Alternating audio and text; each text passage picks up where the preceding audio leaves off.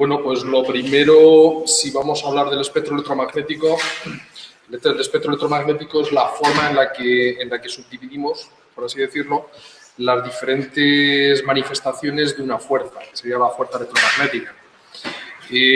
La fuerza electromagnética es conocida como tal desde el siglo XIX. Anteriormente la hemos conocido durante milenios de forma separada, ¿no? como electricidad y como magnetismo. Y de hecho, durante nuestro trabajo también tenemos que considerarla de esa manera. La fuerza eléctrica se conoce desde tiempos inmemorables, los griegos le dieron nombre. Existen ya los conocimientos sobre cómo pues el frotar el ámbar contra una lana de oveja o un material de ese estilo, pues generaba procesos eléctricos que servían pues para adherir pequeñas piececitas de lana, ¿no?, al ámbar, o los procesos estáticos, ¿no?, de chispazos que todos conocemos. Son procesos de electricidad. Luego se conocía también el proceso del magnetismo, ¿no? O sea, la fuerza magnética era una fuerza muy conocida a través de los imanes y la capacidad que tenían de adherir pues, metales, hierros, elementos ferromagnéticos a estos materiales, ¿no?, como la magnetita, aquellos imanes naturales. Bien, hasta el siglo XIX todo eso es así. Hay un momento en el que Ørsted, pues en un experimento de salón, pues se le ocurrió pasar a través de un conductor eléctrico, por unas baterías, ¿no?, una corriente continua, y bueno, se dieron cuenta que había una brújula que variaba su orientación cuando este cable estaba activo, o sea, cuando había una circulación eléctrica a través del cable. A partir de ese momento surge la observación de que posiblemente electricidad y magnetismo tengan una misma relación, tengan el mismo origen, la misma fuente, ¿no? Hasta que Maxwell, a través de sus ecuaciones a finales del siglo XIX, pues demuestra que efectivamente la fuerza electromagnética es una sola fuerza. Lo que pasa es que la vamos a observar habitualmente como elementos completamente separados.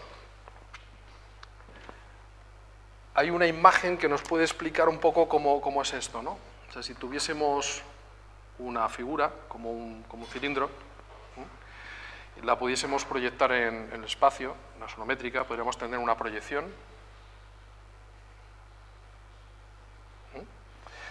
La siguiente proyección nos daría un rectángulo. Bien, podríamos darnos cuenta que conforme vamos a observar las propiedades de la fuerza electromagnética va a ser por separado. Por un lado podríamos tener la fuerza magnética, por otro lado la fuerza eléctrica, pero realmente la fuerza electromagnética es una, está unificada. Lo que pasa es que se encuentra,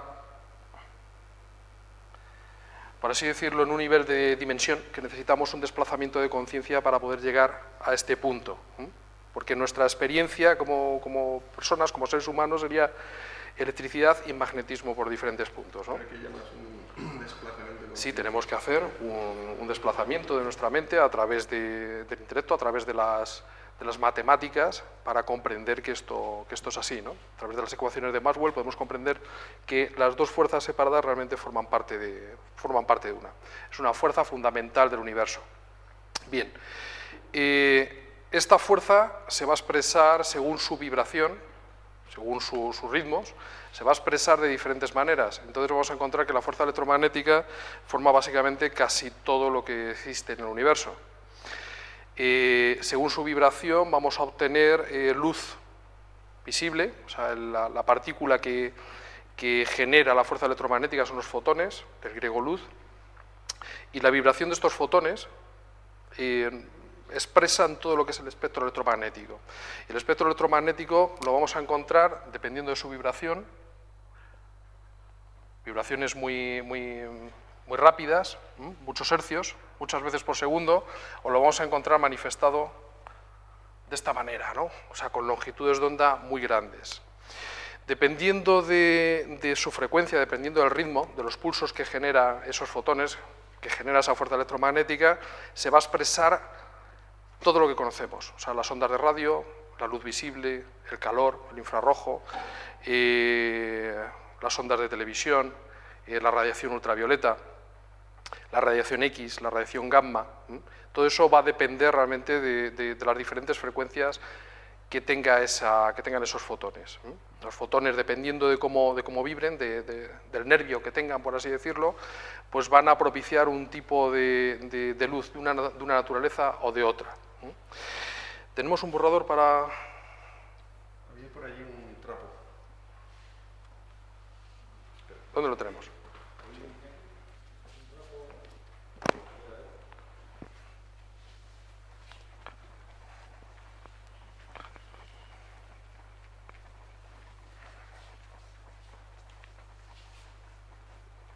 Vale, perfecto.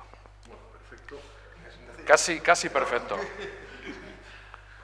Digamos que está en espectro visible. Bien, si tenemos una parte, o sea, los campos electromagnéticos, cuando vibran de una manera muy débil, o sea, digamos que muy pocas veces por segundo, tendríamos unos campos de muy baja frecuencia. Por ejemplo, el campo magnético de la Tierra es un campo magnético que en interacción con la radiación del Sol pues se mueve muy levemente, entonces genera una especie de campos variables de frecuencias realmente muy bajas, extremadamente bajas, lo cual generaría longitudes de onda realmente enormes, muy grandes, ¿no? Serían como los bajos, por así decirlo, en el sonido. ¿Me explica eso de en interacción con el Sol? Sí. Si nosotros tenemos la Tierra es un imán que genera, norte-sur, un campo magnético. Ese campo magnético, que es exactamente igual que el de los imanes que conocemos, que hemos visto en los libros de física, cuando interacciona con el campo electromagnético del Sol, con la radiación del Sol, genera unos empujes, unas distorsiones, unas deformaciones del campo magnético de la Tierra, de tal manera que es un campo magnético que está en movimiento.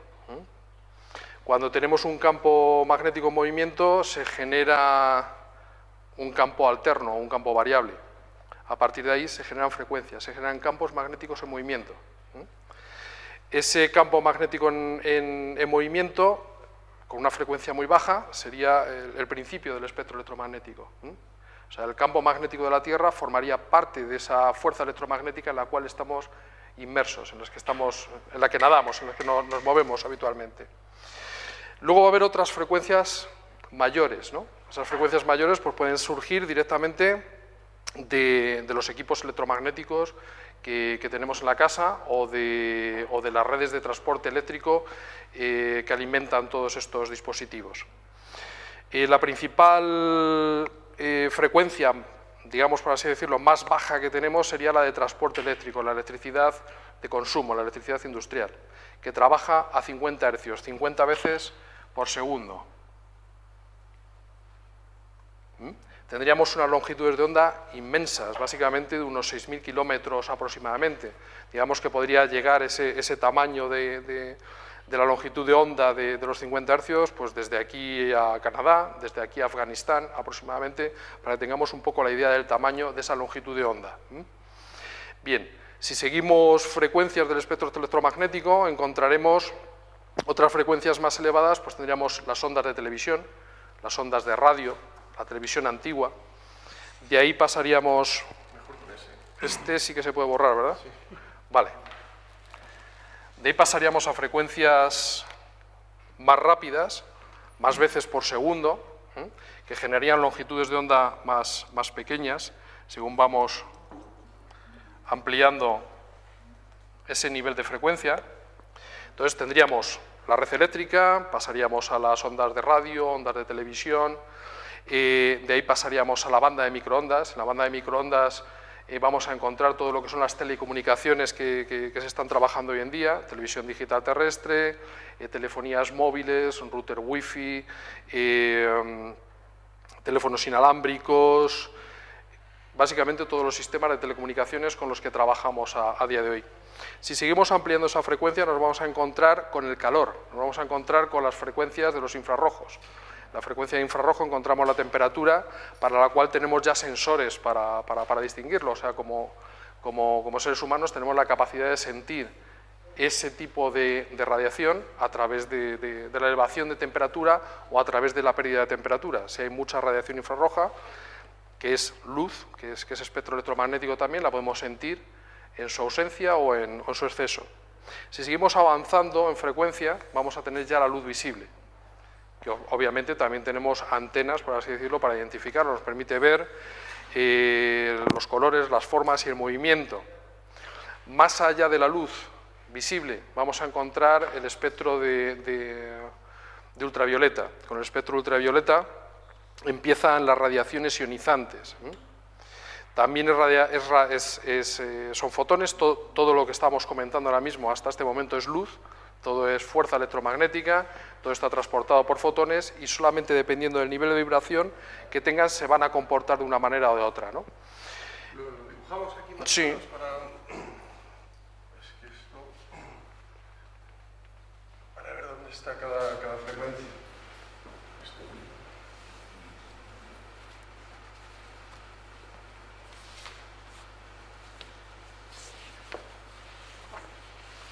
Tendríamos aquí los campos estáticos, los imanes, que no se mueven, o sea, un campo magnético que no genera ningún movimiento, el 0 hercios, es un imán que no tiene movimiento, y según vamos desplazando, bueno, pues podríamos encontrar los 50 hercios, donde vamos a encontrar pues, las líneas de transporte eléctrico, todo lo que funciona con electricidad,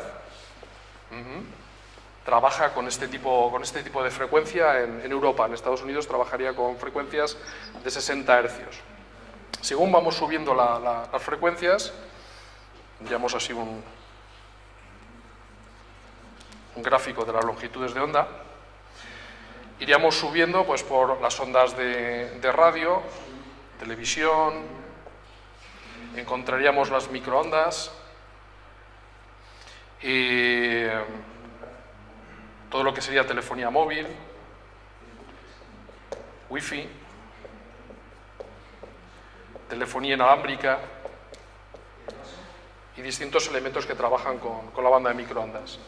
Acto seguido encontraríamos el infrarrojo, la temperatura, el calor, que tiene una longitud de onda importante, bastante grande. Aquí tendríamos el espectro de luz visible, desde el rojo hasta el violeta, y entre medias estaría el resto del espectro de los colores.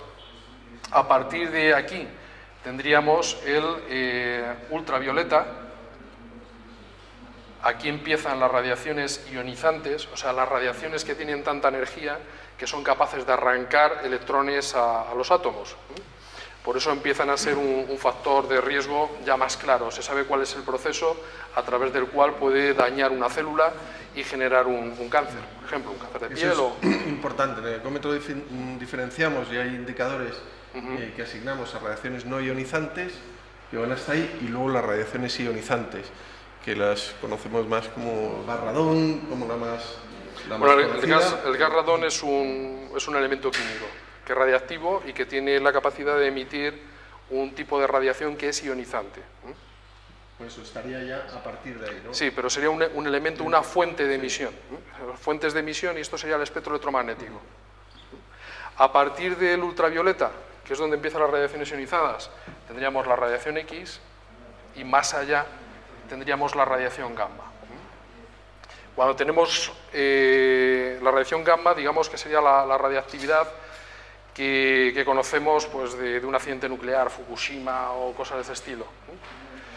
Bien, cuanto más hacia acá, mayores longitudes de onda tenemos, pulsos más lentos. Cuando llegamos aquí tenemos unas longitudes de onda realmente pequeñas, tan pequeñas que realmente la radiación gamma, tiene la posibilidad de entrar entre los intersticios de los átomos.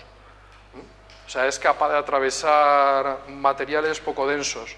Normalmente, para poder frenar una radiactividad de ese estilo, una radiación de ese estilo, necesitamos materiales muy densos como el plomo o como el agua, y necesitamos que realmente sean espacios grandes, 1 metro de agua, 20 centímetros de plomo, o elementos de ese estilo. Necesitamos materiales con los átomos muy juntos, muy densos, para que esa radiación no consiga atravesar realmente esos intersticios, choque con algún átomo entre medias y pierda energía. La única forma de blindarlo.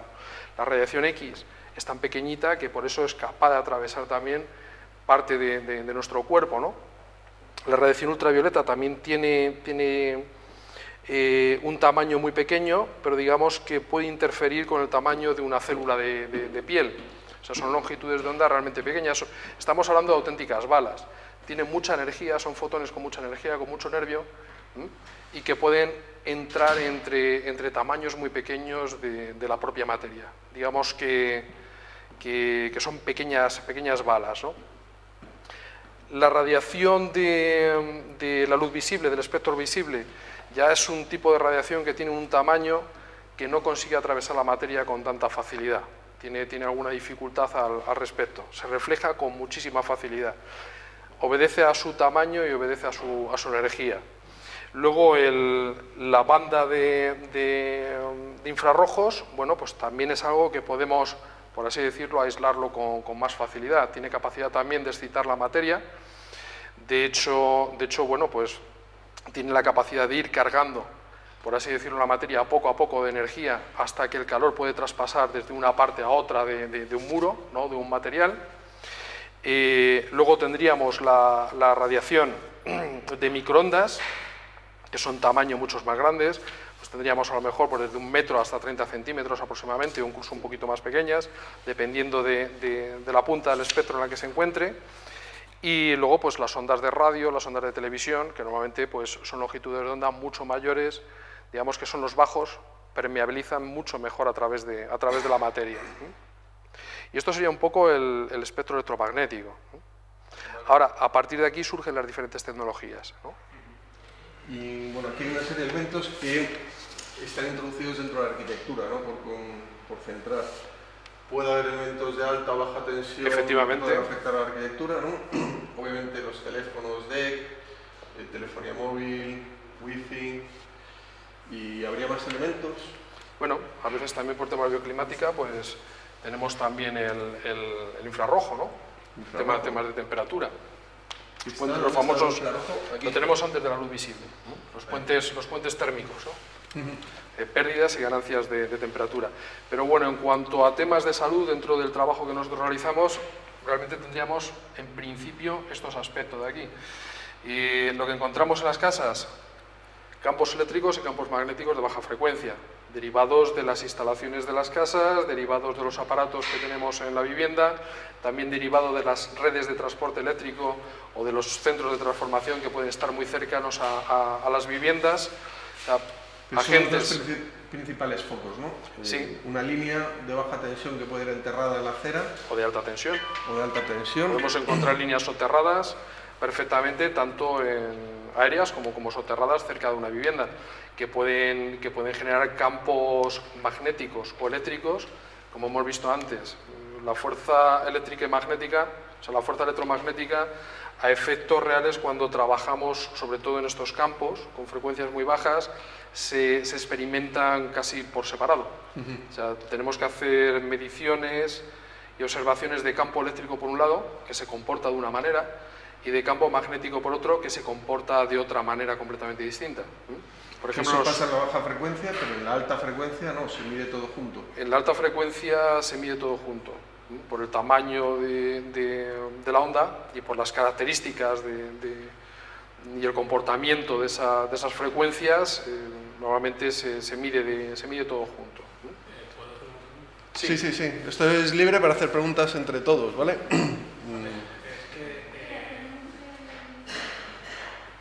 Como lo estamos grabando, el micro es un poco rollo, pero es que así hay gente fuera que lo está viendo y bueno, y se oye.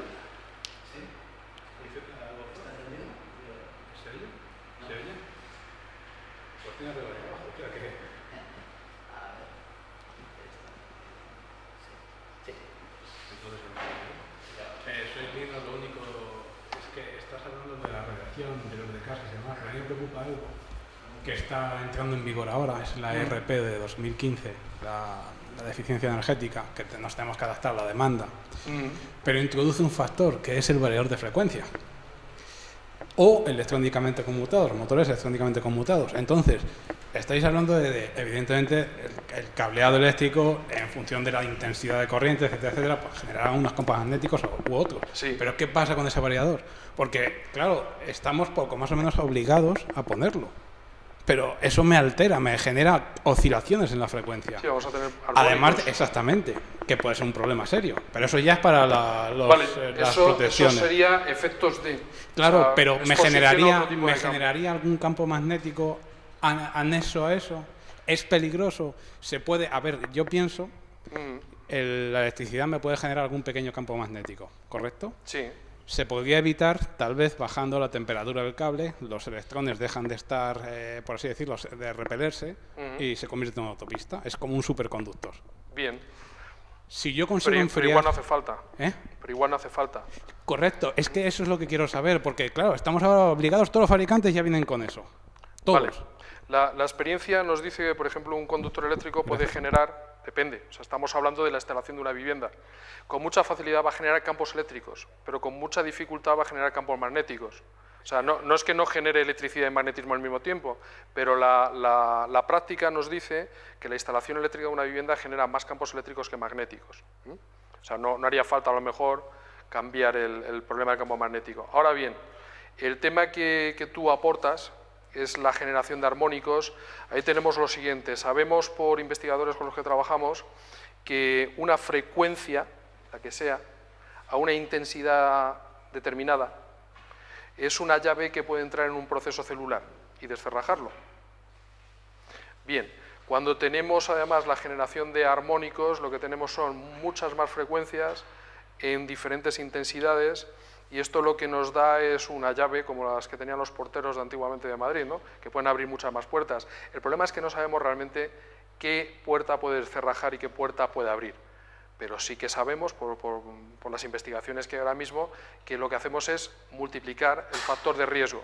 Si un campo magnético de 50 hercios, la densidad de flujo de un campo magnético de 50 hercios ya es un factor de riesgo muy estudiado, y que hay muchos estudios ya al respecto que nos explica que puede tener un efecto sobre cierto tipo de enfermedades, bueno, pues cuando de repente aparecen las corrientes sucias que se llaman hoy en día, o los armónicos, pues resulta que tenemos eso, un manojo de llaves. El problema es que no sabemos qué van a abrir. Va a depender de esos procesos celulares, cómo entran ahí. Bien, de hecho en las casas una de las cosas que medimos, cuando medimos campos de 50 hercios, medimos por un lado campo eléctrico, intensidad de campo eléctrico, que se comporta de una manera y afecta de una manera al cuerpo. Medimos densidad de flujo magnético, o sea, el campo magnético, variante magnética y variante eléctrica D, que se comporta de otra manera diferente y que tiene otro efecto sobre la salud. Y otra de las cosas que estudiamos también es la generación de armónicos, porque la exposición a un campo eléctrico y magnético, o sea, electromagnético de baja frecuencia, además puede estar enturbiado por eso que llamamos corrientes sucias, que van a ser la generación de armónicos luego pues por las lámparas de bajo consumo, pues por las transformaciones de los diferentes aparatos que están bebiendo absorbidos la electricidad, ¿no? De forma discontinua.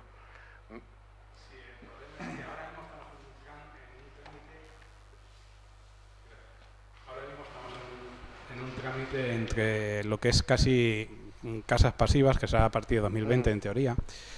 El problema es que ahora, como hay menos demanda energética, porque hay más aislamiento por normativa, incluso una caldera, que ya lo estuvimos viendo, Sí. modulando al 30%, que las hay, es que se pasa casi el doble de la potencia necesaria. Entonces empezamos a meter en las bombas variadores de frecuencia en una vivienda que es pequeña. Y eso entra en vigor ahora, en septiembre o por ahí. Claro, yo me quedo a veces diciendo, no sé si es matar moscas a cañonazos o no. Y eso es un problema real que tenemos. Lo que es importante es que no haya personas expuestas a esos campos, tanto si están sucios como si no están sucios. Entonces hay sistemas de protección, a veces es simplemente poner distancia, a veces es blindar esos sistemas, esos circuitos. Hay diferentes formas. Estamos hablando de baja frecuencia en este momento. Dime, Ismael. Sí. Claro, yo veo que es un poco hilar muy fino ahí. Yo sí.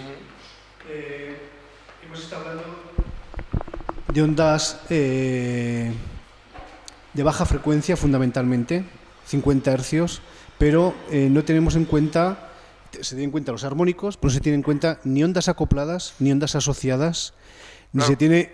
O sea, hay una serie de elementos que distorsionan cuál es la calidad de esa corriente eléctrica, que eso es de lo que deberíamos empezar a hablar. Calidad, exactamente. Claro. Entonces, hay muchos elementos que condicionan esa calidad. Uno de ellos, desde luego, es el variador de frecuencia. Pero el variador de frecuencia, que va a generar una alteración importante porque va a crear una onda acoplada inevitablemente.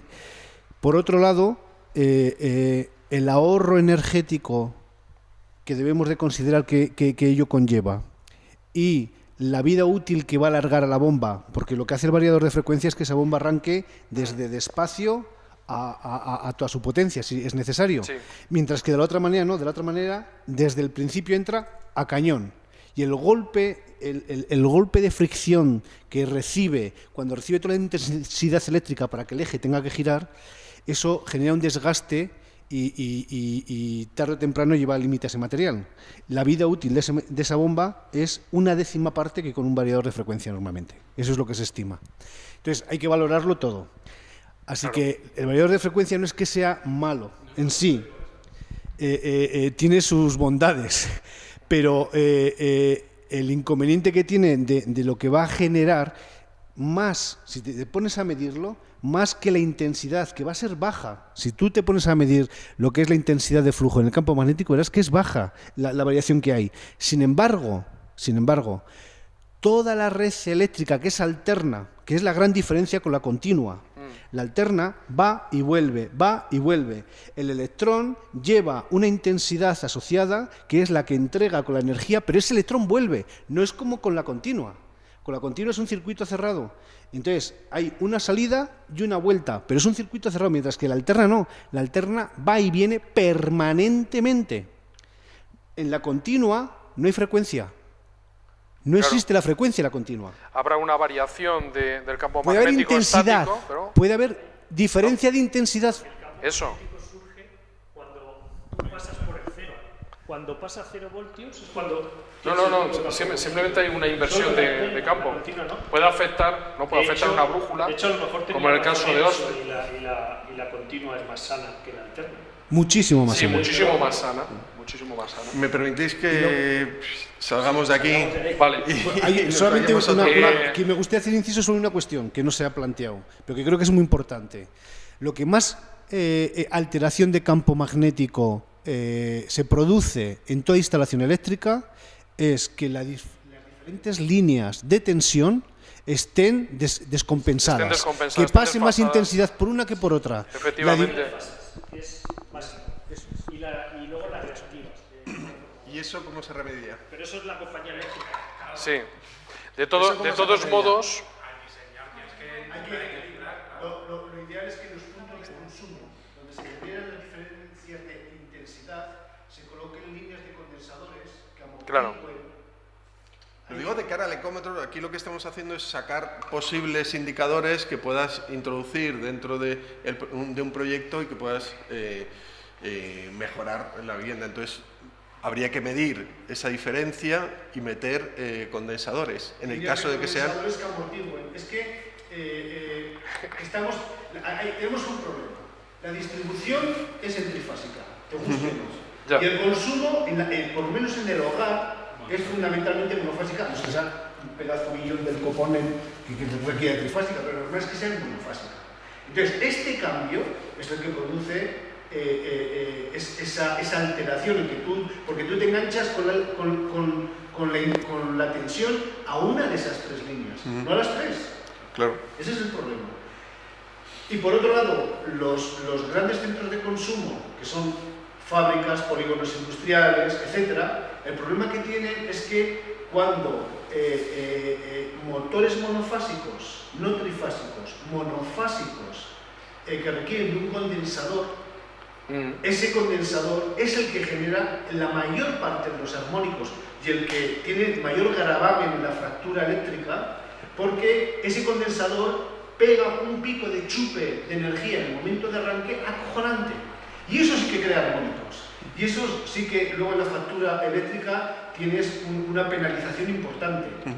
Y eso sí que te crea desigualdades en la intensidad, porque como chupa solo de una línea, las otras dos quedan desfasadas respecto a esa. Entonces es cuando se genera, se multiplica el campo electromagnético de esa línea a lo largo de toda la línea. Que esto es lo que hay que tener en cuenta, que es que no es solamente en el punto de consumo, es que es a lo largo de toda la línea, porque es toda esa línea la que va a 50 hercios. Y esa es la putada, es toda la línea. Y el que tenga un tendido, en este a partir, por supuesto, esto a partir del transformador, pero tú tienes un cable, como en muchos pueblos, que va por la fachada, tú tienes la cabecera de la cama contra ese cable, cada vez que arranque ese motor te pega una hostia acojonante. Va a haber un campo electromagnético inducido tan grande que es capaz de ionizar el aire dentro de la propia vivienda. Es capaz de generar corrientes electrostáticas, que son las cosas de las que no habéis hablado, sí, creo que también hay que tenerlas en cuenta. Capaz de generar corrientes electrostáticas, sobre todo en aquellos materiales que sean anticonductores, o sea, termoplásticos sobre todo. En cuanto una persona que está dormida se levante y esté expuesta a eso, a un cable que esté próximo con un campo electromagnético importante, en cuanto se levante, nada más pisar el suelo, le va a pegar una hostia acojonante. Y esto ocurre en algunas casas de pueblo, ¿sabes? Entonces, el mundo de la electricidad es mucho más complejo, muy complejo, mucho más complejo de lo que está. Pero bueno, podríamos resumir que vamos a estar expuestos a campos eléctricos, campos magnéticos, y esa, bueno, pero electrostática sería otra. Estaríamos expuestos a campos... corrientes inducidas, que eso puede ser... Bueno, claro, campos eléctricos, campos magnéticos, pero también vamos a encontrar lo que llamamos nosotros magnetostática o electrostática. O sea, también no solamente vamos a tener los problemas de electrostática, que se comportan de una manera completamente distinta a lo que es la electricidad alterna. O sea, el comportamiento es completamente distinto, las soluciones que aplicamos son distintas, las fuentes generalmente son distintas. Luego también tenemos la magnetostática, o sea, donde implican también los materiales ferromagnéticos en el edificio, o sea, vigas, pilares, incluso el propio colchón de muelles, ¿no? de la cama, que muchas veces medimos un colchón y en cada muelle tenemos un norte completamente distinto. Bueno, pero si nos centramos en la electricidad de consumo, en principio tenemos campos eléctricos, intensidad de campo eléctrico, densidad de flujo de campo magnético y luego también la calidad de estos, o sea, lo que llamamos electricidad sucia o corrientes sucias, generación de armónicos, etc. Bien, esto lo que nos implica es identificar la fuente y ver qué es lo que hacemos para que las personas no estén expuestas a ellas. A veces claro, es tan fácil, es tan fácil como no estar lo suficientemente cerca. Por ejemplo, generaciones de este estilo a las que te referías, pues a veces simplemente con que los dormitorios, que es donde vamos a estar en el momento más sensible y además expuestos durante 6, 8 horas al día, pues a lo mejor simplemente con que estén en otro lado de la casa o en la habitación de al lado, simplemente, no hace falta que se vaya muy lejos de aquello, ¿no? Pues igual esa persona ya no está expuesta ni a un campo magnético, ni eléctrico, ni... Pero eso implica el diseño del... Efectivamente, implica la localización, la generación de las fuentes... Tenemos que saber, o tenemos que llegar a una conclusión, o aplicar otra serie de principios sobre qué es malo y qué no es malo. Nos hemos movido siempre con un montón de ondas electromagnéticas. En julio entra lo de la recarga en coches, para viviendas, vamos, todos los edificios.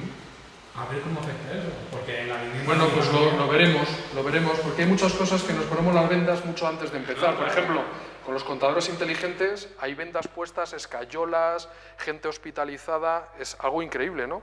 Pero realmente cuando te pones a ver lo que hace un contador inteligente dentro de una vivienda, pues mira, con la cantidad de cosas que hay por ahí sueltas, de hecho un contador tonto, los de antes, de toda la vida, si lo tenías justo detrás del cabecero de la cama, como hemos visto en muchos edificios, que cuando entras hay una planta baja, justo al otro lado de donde están los contadores, el cuadro de contadores del edificio, y justo a ese lado pues hay un dormitorio, pues podemos encontrar una persona que puede estar entre 900, 500, 800 nanoteslas, o sea, un nivel de exposición realmente elevada a un campo de baja frecuencia de 50 Hz. Y eso es un contador de toda la vida. Los contadores nuevos no aportan muchas más cosas al respecto. O sea, no... Sí. Y los nuevos contadores, el problema es con la alta frecuencia, ¿no? Ya, pero sabes que no están emitiendo de esa manera. Bueno, una señal en PLC, sí. en Claro. el CDLEC3, que es el estándar que utilizan, que es en kilohercios, durante 10 segundos al día. Y mandan esa información a la central. En el momento de lectura. Eso es menos que lo que hace una PlayStation cuando la conectas, que te emite armónicos a niveles increíbles en la red eléctrica. De Más- hecho, todavía no muchísimo más hemos que el encontrado contador. nada así, ¿eh? Y el contador emite 10 segundos una señal simétrica de 10 segundos en 96 kHz, me parece que es. Ya está, nada más. No emite nada más en todo el día. Eso es lo que, ese es el gran riesgo del contador inteligente. O sea, De que momento demostrado, no es tal riesgo, ¿no? No Es es que tal riesgo. nos movemos en un mundo que están haciendo y que estamos Ahora, que han bombardeando dicho- un montón que han dicho de de todo. ondas. que emite como 40 wifis, que no sé qué, que tal. 100.000 es que- historias que nadie ha comprobado. Todo esto viene de Estados Unidos, además, que ves vídeos donde ves que esos dispositivos son inalámbricos. Y entonces, claro, ves esos vídeos a lo mejor en YouTube, pero claro, son dispositivos que están poniendo en Estados Unidos, en Canadá. Aquí en España, bueno, pues las compañías tuvieron un momento en el que quisieron competir con las compañías de telecomunicaciones y a través de la propia red eléctrica ofrecer internet a sus usuarios, ¿no? Claro, ahí que la partida la ganó directamente las compañías de telecomunicaciones, pero bueno, las compañías eléctricas ya tenían su red, no van a pagar a una compañía de telecomunicaciones por un sistema que ya tienen ellos implantado directamente en su red. Entonces, digamos que tenemos la suerte de que aquí no necesitan poner ese sistema inalámbrico para poder recibir los datos de la información del contador que nos están poniendo en casa. Es una ventaja que tenemos, podemos aprovecharla, ¿no? Pero bueno, yo resumiendo este tipo de cosas, lo que pienso, y además en la práctica real de todos los días, que es creo que lo que más importa, vemos que hay gente que está muy afectada, pues a lo mejor por un cable que viene del exterior de la vivienda. A lo mejor hay un cable enterrado en la acera, o hace poco visitaba a un amigo que está muy enfermo además de cáncer, que vive pues, justo enfrente de una línea de alta tensión. En la casa vamos a sacar valores pues, de entre 700 y 500 nanoteslas en toda la vivienda, por la proximidad a esta línea. Contra ese tipo de cosas la experiencia me dice... Es que la gente no sabe que son 500 o 700. Bien, eso es la densidad de flujo. No, A partir de la Comunidad Europea. pues bueno, lo que recomienda, por ejemplo, la legislación que tenemos vigente dice que podemos aguantar perfectamente hasta 100.000 nanoteslas si somos público en general. Si somos además trabajadores de una empresa podemos aguantar hasta 500.000 nanoteslas, ¿no? Pero todas las recomendaciones científicas, incluso el Consejo de Europa, en base a esas recomendaciones científicas más actualizadas a día de hoy, nos dicen que no deberíamos superar los 100 para estar en un ambiente limpio y que sabemos que a partir de los 300 hay estudios más que suficientes que nos dicen, que nos indican que, por ejemplo, los niños expuestos a este tipo de campos pues duplican la posibilidad de desarrollar una leucemia con respecto a un niño que no está expuesto. Ahí hay montones de... En China hay una legislación vigente en China donde prohíbe superar 20 nanoteslas donde haya un laboratorio o una escuela infantil. O un laboratorio químico o un... Claro, en China... En China 20 y aquí 100.000. 20. Sí. 20 Así nanoteslas. está, 20 nanoteslas. Así estamos. 20. Bueno, pero ahí estamos hablando de alta frecuencia, estamos hablando de microondas y hablamos de densidad de potencia. Es otro valor, es otro tipo de campo electromagnético que tiene otra expresión. Estamos hablando ahora mismo de la densidad del campo magnético, o sea, del campo magnético de una baja frecuencia, o sea, de la electricidad de consumo. La normativa a la que se refiere Nueva Zelanda está hablando de tecnologías inalámbricas, con frecuencias mucho más altas, es diferente. Además, la unidad es una unidad de densidad de potencia, aquí estamos hablando de la cantidad de líneas de fuerza que tiene un imán, en este caso, ¿no? En base a esta normativa estamos hablando que 100 nanoteslas, digamos que sería un ambiente de... Otra pregunta dentro de eso, profesor, que en Francia, que en espacio residencial también es 0,1, también se refiere solamente a la parte de... Sí, estamos hablando de 0,1 microvatios por centímetro cuadrado, estamos hablando de altas frecuencias. Telefonías móviles, telefonías inalámbricas, wifi, etc. Claro. Pero aquí tenemos básicamente la misma normativa en toda Europa, ¿eh? Estamos hablando de 100.000 nanoteslas. 100.000 nanoteslas y en China 20. O sea, Bien, lo que pasa es que en China, igual que en la antigua Unión Soviética, también había unas normativas mucho más bajas. Pero... Pero que de alguna manera, de alguna manera demuestra la falta de rigor o de conciencia o de conocimiento que hay sobre esto. Hay gente que considera que no es nada perjudicial y hay gente que considera que es muy perjudicial, ¿no? Y realmente yo creo que es muy difícil o imposible demostrar todo esto, aunque haya muchos casos. Pero si nos hemos pasado desde los años 50 hasta el 2010... Años 60.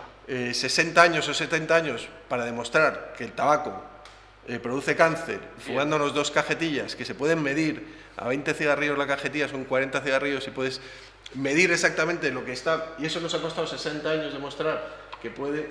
¿Cuánto te metes tú de alta frecuencia, de baja frecuencia al día y cómo te puede afectar eso u otras cosas? O sea, yo creo que eso no se va a demostrar nunca. O sea, es muy difícil. Sí se puede demostrar. Yo creo que sí que se puede demostrar y llegará, igual que ha llegado el tema del tabaco. Ahora mismo disfrutamos de una serie de informes, por ejemplo, el informe Bioinitiative se editó el primer año, me parece, en el 2007, ¿verdad? 2007, luego había una segunda edición en el 2012 y ahora hay una tercera revisión para el 2014. El estudio Bioinitiative recoge más de 2.000 estudios científicos que están ya seleccionados por un grupo de científicos que son autoridades en este tipo de materia. A raíz de ese informe, pues ha habido algunas modificaciones, por lo menos a nivel social. El Consejo de Europa ha hecho unas recomendaciones a los Estados miembros de la Unión que están basados en ese tipo de informe, o sea, en ese informe y en los resultados que aplica, y pide que las normativas se bajen a esos criterios que estamos teniendo en cuenta, de solo 100 nanoteslas como mucho, de 0,1 microvatios por centímetro cuadrado para las radiaciones de alta frecuencia, 100 nanoteslas para las de baja frecuencia. Todo esto el Consejo de Europa lo ha recomendado a los Estados miembros de la Unión. Lo que pasa es que, claro, los Estados miembros de la Unión son autoridades en la materia y no adoptan este tipo de normativas simplemente pues porque detrás tienen a sus auténticos amos, ¿no? Que son las compañías de teléfonos, las compañías de generación y distribución de electricidad, etcétera. Claro, tenemos el ejemplo ruso y el ejemplo chino. El ejemplo ruso es anterior a este ejemplo que ponías tú chino, que es genial, me parece estupendo, porque además son valores fantásticos, o sea, es una limpieza de campo electromagnético en esos ambientes tan sensibles. Pero tenemos que ver que en China o en la antigua Unión Soviética, la empresa, el público en general, básicamente todo, la seguridad social, el médico, el sistema sanitario, todo era la misma pieza, era la misma entidad. Entonces, el camarada que se ponía enfermo costaba dinero a la empresa o al grupo y además no producía. Entonces, si sabían que este tipo de cosas podía generar ese factor, pues lo aplicaban. Bien, ¿qué es lo que pasa? Que aquí el sistema sanitario, cada vez más, el sistema sanitario, el sistema político, el público en general, las víctimas, los que se aprovechan, las compañías, todo eso está por separado, los intereses son completamente distintos. Imaginemos ahora mismo como sociedad que de repente tuviésemos que admitir que efectivamente un campo de 50 hercios por encima de los 100 nanoteslas, por encima de los 300, realmente que es donde los estudios científicos empiezan a aplicar ya, empiezan a dar señales de enfermedad más que de vida, bueno, pues asumiésemos que eso es así. Imaginemos ahora mismo como sociedad que tuviésemos que enfrentar a un cambio de todas nuestras redes eléctricas, transformaciones, generación de electricidad.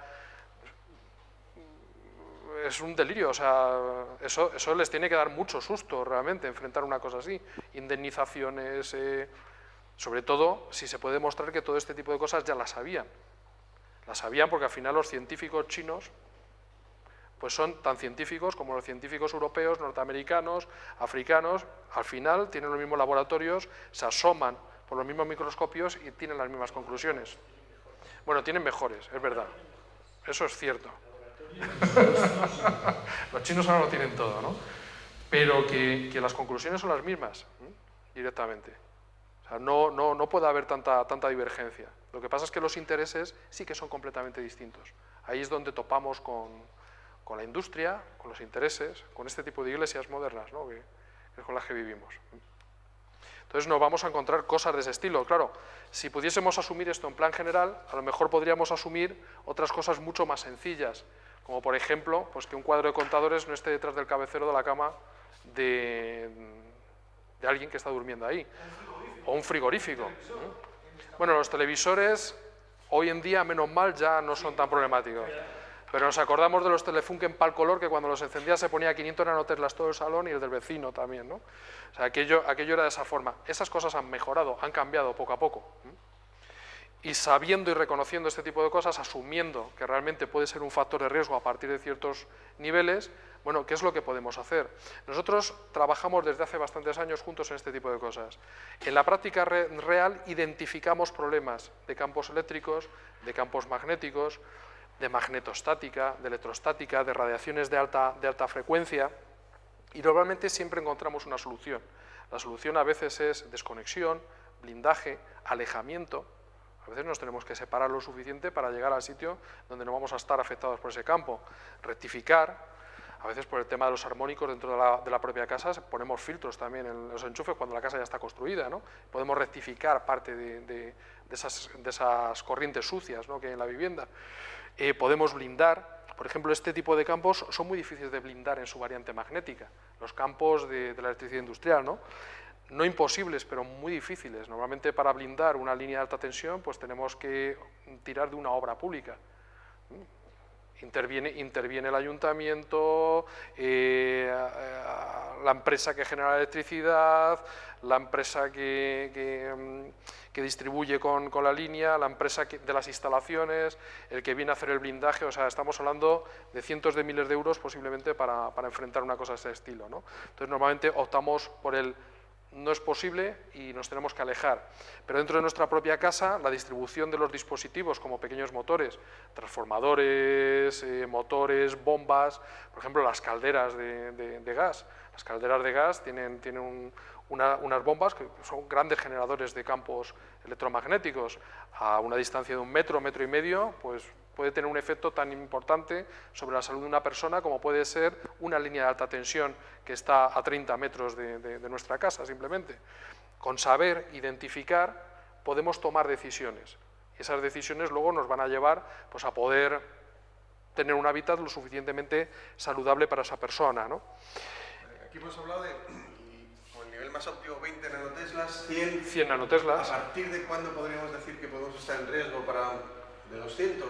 Pues mira, según los últimos metaestudios, A partir de 300. a partir de 300. Mira, tenemos en el año 2000 se publicaron 2 metaestudios, en el cual, bueno, pues tenemos el de Albon, que se realiza a partir de 9 investigaciones previas. O sea, hay 9 estudios epidemiológicos, de laboratorio, clínicos, etcétera, que se cogen todos esos datos, se suman, en el cual se aporta el estudio sobre la incidencia en leucemia infantil sobre 13.500 niños. El resultado al que llegan es que los niños expuestos a campos superiores a 400 nanoteslas duplican la posibilidad de sufrir una leucemia infantil con respecto a los niños que no están expuestos a esos campos, ¿no? En el mismo año, Greenland publica otro estudio también en el cual introducen 15 metaestudios, ¿no? O sea, 15 estudios para formar este metaestudio. Al final la conclusión que llegan es un poquito más baja, llegan a los 300 nanoteslas. A partir de los 300 nanoteslas observan el mismo incremento que con el estudio anterior. Al final entre 300 y 400 nanoteslas poca diferencia hay. Cuando estamos haciendo una medición de un campo magnético de este estilo en un lugar determinado, pues vamos a encontrar que estos valores están fluctuando a lo largo del día y vamos a encontrar valores, pues eso, entre 250 y 400 en un punto con mucha facilidad. Están oscilando. Si tú llegas a una vivienda y tienes más de 100 nanoteslas, hay un problema. Ya nos preocupa. La distribución de red está muy pegada a la fachada, me refiero, ya no es en una vivienda sana, porque en una vivienda normal no es lógico tener más de 50 nanoteslas, Claro. que sería más o menos el margen de error que puede tener el equipo que llevas, y luego el propio campo magnético terrestre, que también tiene un campo magnético que hay que tener en cuenta, ¿no? y que aporta un flujo ahí magnético, ¿no? Si pasa de 50 a 60, y nosotros hemos puesto el baremo en 100, cuando en una vivienda hay 100 nanoteslas hay un problema. ¿Y el Instituto Biobiology? Y el ¿Dónde tiene el Instituto de límite? Meteorología es que... A ver, ellos tienen varias referencias, entonces tendríamos que a partir de los 400 es donde empieza el valor grave. Tendríamos... ¿Sabéis que en el ecómetro estamos dando Claro. una puntuación? Por Ellos ejemplo, tienen podría valer- como 3 escalas, o sea, 4 escalas. Sí. La primera, que sería el campo natural; la segunda, que estaríamos hablando de, o sea, el campo que encontraríamos en la naturaleza, en el campo; la segunda sería, hay campos electromagnéticos en el ambiente, pero no hay una contaminación grave, nadie se va a enfermar por ello. El tercer punto que maneja, en el tercer nivel, digamos que ya puede haber efectos para personas sensibles, hay contaminación. Y luego está el cuarto nivel, el nivel de referencia que no debemos pasar nunca, que ellos lo sitúan ahora mismo en base a los 400 nanoteslas. Nosotros pensamos que deberíamos bajarlo a esos 300 nanoteslas ya como nivel de riesgo, porque existe una evidencia científica publicada en el 2000 que ya nos está hablando de que tenemos que tener en consideración esa referencia, 300 nanoteslas como máximo. Claro. Si en el ecómetro dijimos, a partir de 300, alarma. Inviable y toma medidas correctoras. Sí, De 300 pero bastante... De 300 a 100, pues un punto. De 100 a 20... Entre 100 y 300 tendríamos un factor de riesgo dependiendo de la sensibilidad personal de ese individuo. O sea, no todas las personas interaccionan igual con un campo electromagnético. Imaginemos, campo electromagnético, radiación ultravioleta. Podemos tener varios fototipos, o sea, varios niveles de sensibilidad. Podemos encontrar desde una persona fototipo 0, un albino, o podemos encontrar una persona fototipo 7, una persona de piel negra.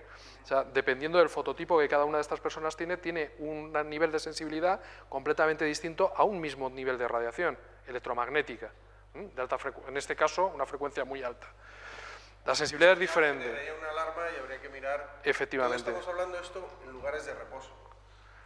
Principalmente en lugares de larga permanencia. O sea, si tenemos niños y se vive ahí, claro. Normalmente en la cocina sueles encontrar entre 80 y 100 nanoteslas.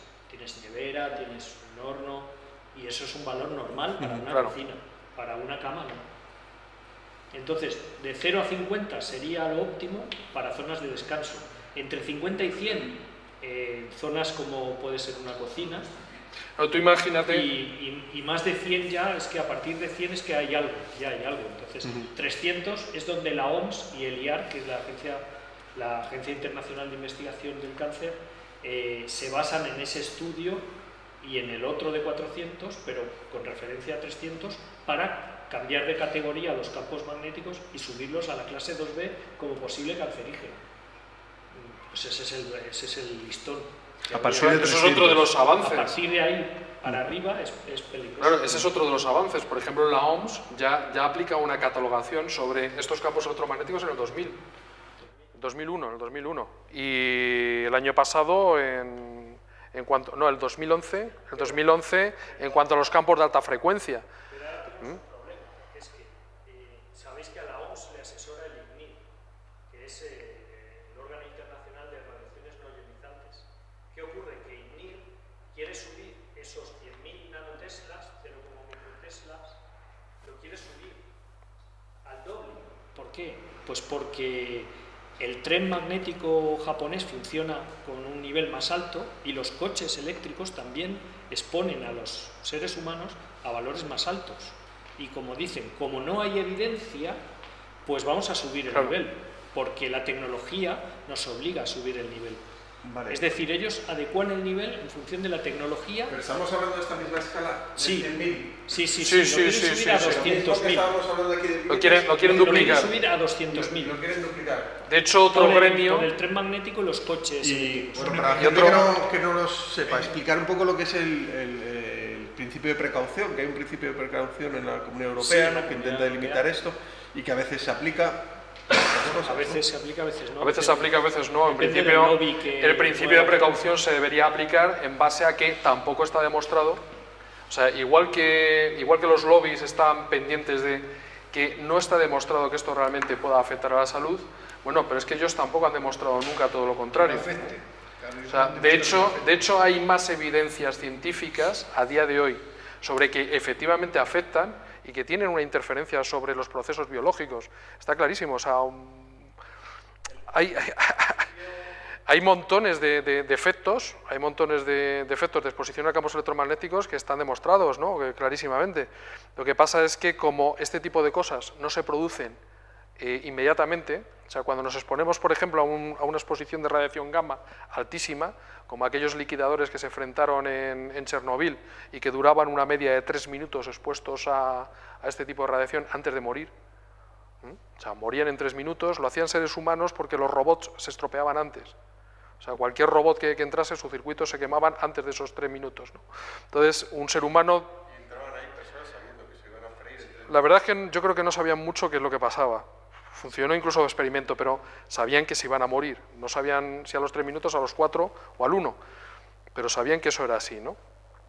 Bien, el problema es que este tipo de radiaciones funciona más bien como el colesterol, o como el tabaco. O sea, que no es inmediato, tú no te expones a un campo de 50 hercios y mañana tienes una leucemia. Pero si tú te expones 20 años al tocino o te expones 20 años a un campo de 50 hercios de más de 300 nanoteslas, pues bueno, dependiendo de tu biología personal, estás comprando papeletas para poder tener una buena arteriosclerosis o para tener un problema, una leucemia, un cáncer de mama, un tumor cerebral, que son normalmente las cosas que encontramos por exposición a este tipo de campos. Problemas cardiovasculares, leucemia, cáncer de mama en mujeres, en caso de hombres menos tumor cerebral, pero la leucemia es algo muy patente, algo que encontramos muy habitualmente. De hecho, yo tengo un caso personal en un barrio de aquí de Madrid, donde encontramos en solo 5 pisos 8 casos con el mismo tipo de leucemia. Era gente que estaba expuesta a un campo de 50 hercios por una línea eléctrica que pasaba por encima de su vivienda. O sea, anteriormente funcionaban en cuerda, o sea, en el sistema de distribución de guitarra, o sea, de cuerdas, porque los cables no tenían aisladores, entonces los campos eran mucho mayores, pero el día que estuvimos midiendo aquella gente estaba expuesta a campos de entre 300 y 500 y pico nanoteslas aproximadamente. Teníamos 3 casos de aneurisma, 2 casos de cáncer de mama, 8 casos de leucemia, sin contar otros males que había ahí, y eso se encontraba única y exclusivamente en 5 pisos, y solamente en los pisos donde existía la exposición a este tipo de campo. En el resto de los pisos que no estaban afectados, la gente no tenía este problema, o tenía otro tipo de problemas completamente diferentes, pero no este, desde luego. Esto lo he visto en muchas más veces, en diferentes barrios, además de forma casi como una epidemia. Normalmente, ¿qué pasa? Son gente que lleva viviendo en este tipo de barrios, en este tipo de exposición, pues a lo mejor 20, 21 años, 22 años. Vale, vamos a la alta frecuencia. Vale. Con la alta frecuencia. Para ver un poco los niveles. Pues luego, de esos estudios tampoco, o sea, no se han publicitado mucho, ¿no? No se publicita mucho, pero están en internet. El Bioinitiative Report está ahí para todo el mundo. Se puede descargar, se puede leer, y esto incorpora, como ya os he dicho, más de 2.000 estudios científicos. Lo que pasa es que a la prensa oficial, el periódico que se atreva a sacar esa noticia, ninguna compañía móvil que de telefonía se va a publicitar más en ese periódico. De hecho, Ismael, a nosotros nos ha ocurrido de publicar algún artículo en algún periódico, de tener repercusión. Cuando no tiene mucha repercusión, nadie aparece, pero cuando tiene mucha repercusión, los primeros que aparecen son el círculo escéptico, con Alfonso Gámez al otro extremo dando caña. Pero es que inmediatamente empiezan montones de estudiantes de ingeniería, curiosamente casi siempre son este tipo de gente, las que empiezan a bombardear el periódico con montones de correos electrónicos quejándose de la falsedad de...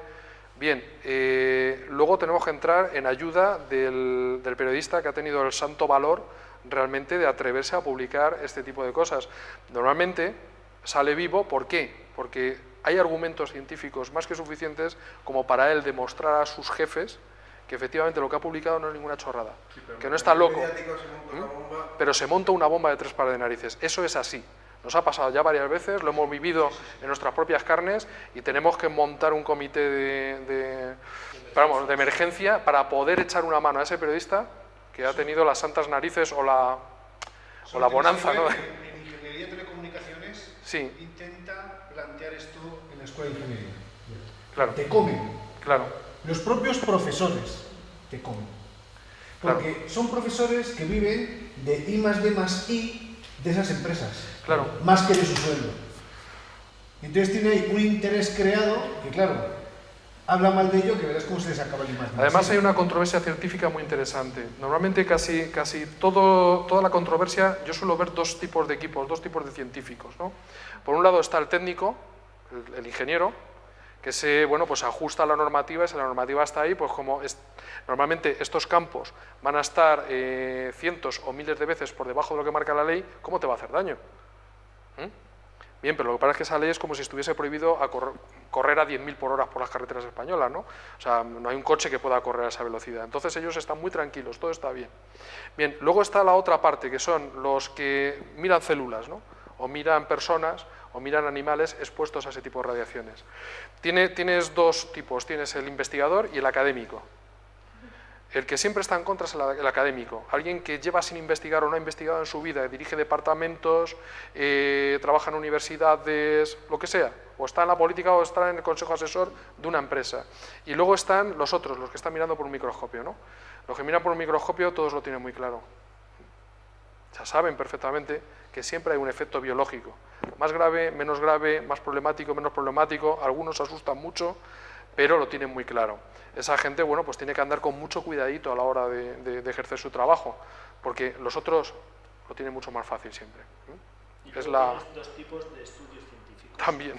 El estudio científico de 20 folios, que demuestra que exponiendo una rata a no sé qué del wifi, la rata le produce no sé qué en todos los hijos y en la segunda generación, 20 folios, y de 4.000 folios, que dice que no.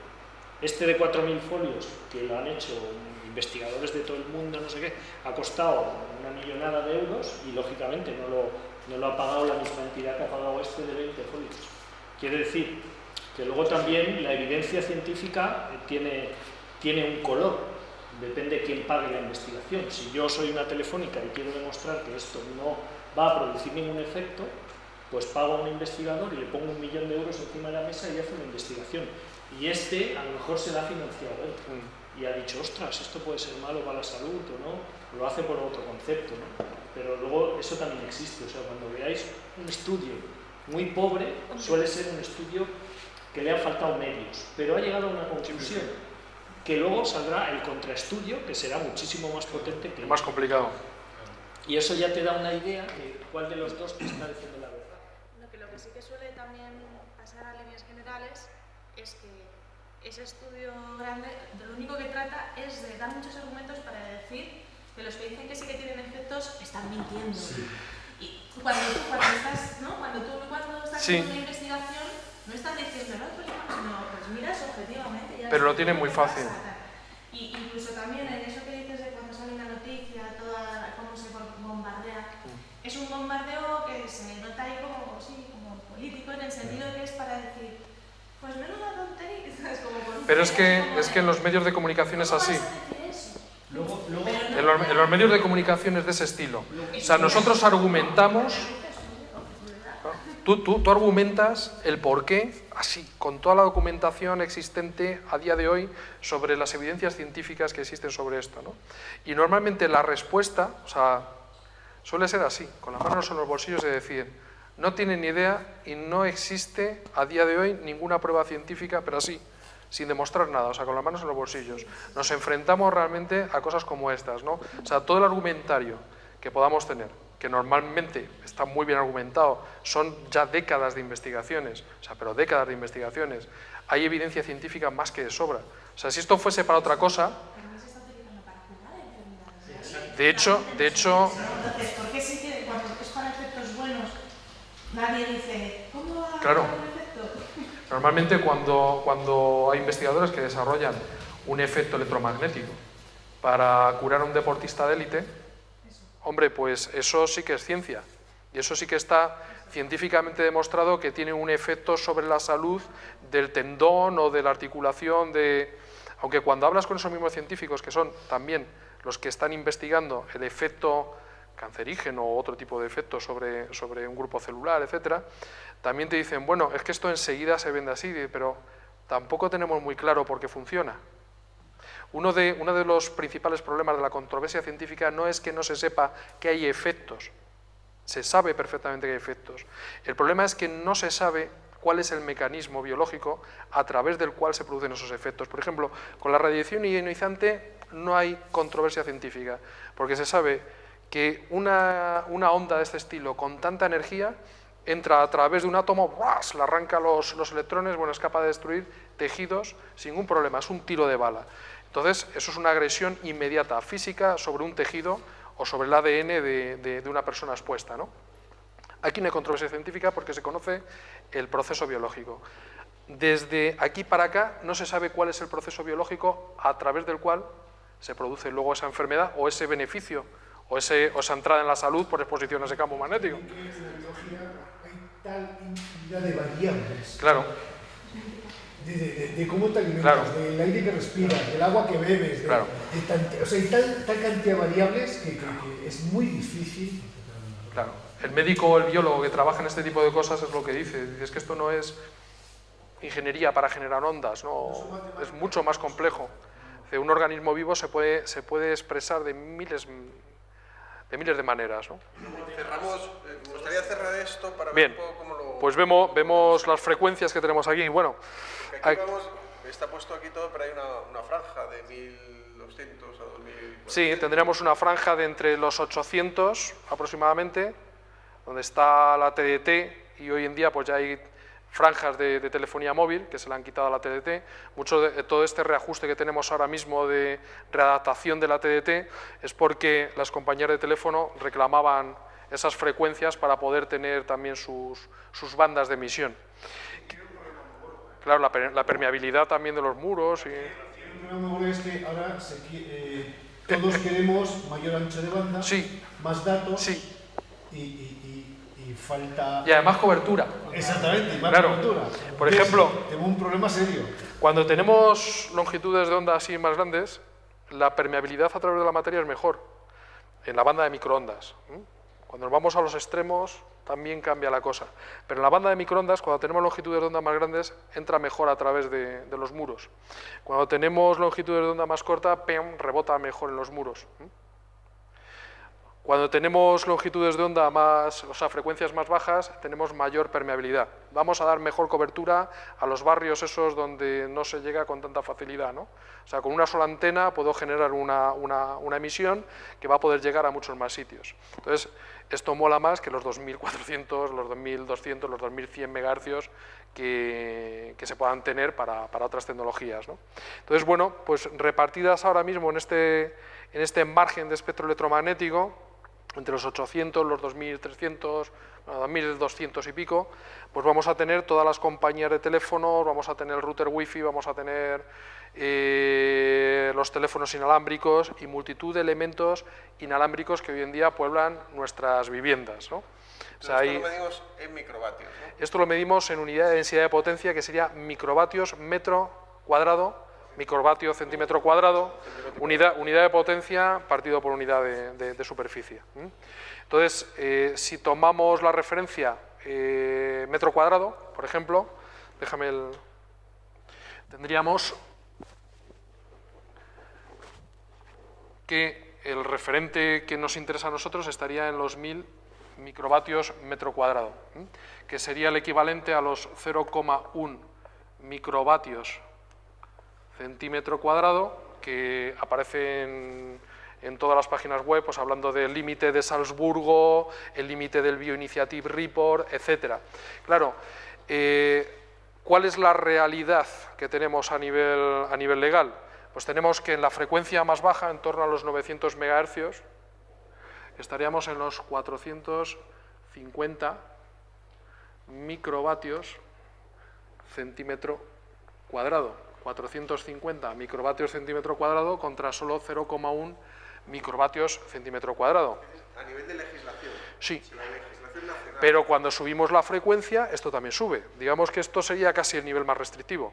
O sea, si ya pasamos, eso sería para 900 MHz, pero si subimos a 2000 MHz tenemos límites mayores, porque se supone que, como he explicado antes, cuanto mayor es la frecuencia, menor es la permeabilidad, y en eso se basa. O sea, si esta frecuencia más baja puede atravesar mejor los tejidos, puede tener un mayor alcance sobre la salud del individuo, mientras que estas frecuencias más pequeñas, pues supuestamente no van a tener ese alcance, no van a atravesar con tanta facilidad los tejidos del individuo, entonces el efecto, teóricamente va a ser menor, ¿no? Y luego también hay controversia entre normativas nacionales y normativas autonómicas. Bueno, ahí no hay controversia porque la normativa nacional se superpone, todas las demás están supeditadas a la normativa nacional. O sea, hubo un momento... No. Pero no sirve. A eso me refiero. Castilla-La Mancha, por ejemplo, Tenía, sí.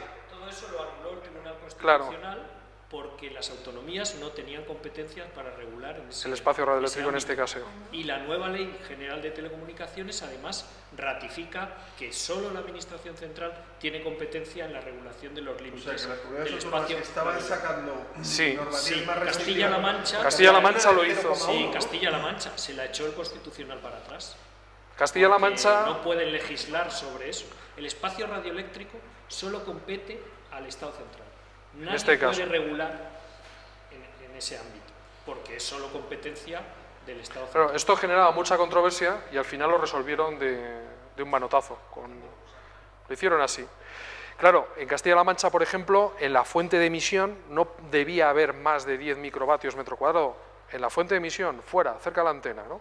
Y luego en los lugares sensibles, o sea, cualquier lugar donde hubiese niños, enfermos o ancianos, o sea, en todos los hogares, o en casi el 90% de los hogares hay niños o enfermos, pues no deberían superarse los 0,1 microvatios por centímetro cuadrado. Todo esto desaparece con el manotazo, ¿no?, que da el gobierno a este respecto. Y volvemos otra vez a los 450 microvatios por centímetro cuadrado. Pues de hace poco, hace 2 años, del 2011. Tiene igual 2 años. Sí, hace muy poco. Vale, entonces aquí van de 450 a 800, 900 Que le quitó la y a competencia 2200. Bueno, habría que hacer el cálculo dependiendo de la frecuencia, pero vamos a subir a valores a lo mejor de hasta 2000 microvatios metro cuadrado, ¿vale? De todos modos, ya los 450 nos parece una burrada porque son miles de veces por encima de lo que nos están aconsejando los científicos. Ahora, otra apreciación. Yo tengo por ahí alguna fotografía de mi teléfono móvil, los antiguos, los modernos, todos los que he tenido, donde puedo observar el nivel de cobertura que tengo, no solamente para hablar por teléfono, sino también en cuanto a Internet, o sea, la cobertura que tengo para meterme en Internet, ¿no? Y veo que puedo tener el máximo de cobertura y al lado tengo un aparato con el que estoy midiendo la densidad de potencia que hay en ese lugar. Y a lo mejor no tengo 0,1, tengo 0,00001 microvatio centímetro cuadrado. Y tengo toda la cobertura que necesito. Claro. Pero tengo cobertura, perfectamente. O sea, que si yo tengo esa densidad de potencia, también me puedo conectar perfectamente. ¿Qué quieres decir? ¿Que con menos antenas y Sí, menos densidad más con repartidas? esto tenemos suficiente. O sea que con la tecnología actual se podrían bajar los límites sin ningún problema para la tecnología. No habría. Claro. No habría ningún problema de cobertura. Pero esto es como alumbrar una ciudad. Tú imagínate que queremos alumbrar una ciudad con una sola farola. Habrá gente que no verá muy bien y gente que tampoco verá por el deslumbre, porque vivirán al lado de una farola descomunal, ¿no? Claro, si queremos alumbrar una ciudad con 100 farolas, una ciudad como Madrid con 100 farolas, con 100 antenas, dar cobertura, porque al final esto es luz. O sea, si tuviésemos que imaginar realmente todo esto de lo que estamos hablando, tendríamos que imaginarlo también como esto. A veces, ¿cómo es la radiación esa que no se ve, ¿no? ¿Cómo es? Al final es luz. Una cosa es que no tengamos sentidos para poderlo detectar, pero se está comportando de la misma manera. Al final, cuando tenemos una antena de telefonía móvil, se está comportando como un foco. Genera un nivel de iluminación. Si realmente repartimos ese inmenso foco, que es como ahora mismo estamos trabajando, con focos muy grandes que deslumbran a los vecinos que viven inmediatamente próximos a estas antenas, y a otros sitios pues básicamente no llega esa cobertura. Y pusiésemos muchas más farolas, pues todo esto sería mucho mejor, sería mucho más factible. Podríamos tener menos potencia, repartida por muchos sitios. O a lo mejor hay ciudades, depende también del tipo de ciudad. Por ejemplo, en Salzburgo, pues en Salzburgo que sí que cumplen esta normativa, de hecho se conoce como el referente de Salzburgo, los 0,1 microvatios por centímetro cuadrado. Bueno, pues este referente en Salzburgo se puede obtener. ¿Cómo tienen ellos las antenas? Tienen dos grandes farolas, primero. Está en un valle, en el río, y en los dos extremos de las montañas, lejos de los puntos de población, hay dos grandes antenas que ya dan cobertura a casi todo el rango de la ciudad. Y luego tienen algunas pequeñas antenas de telefonía repartidas por la ciudad, pero muy pocas, con niveles de potencia bajos, para poder dar cobertura a esos espacios a los que no llegan esas dos grandes farolas. Pero, claro,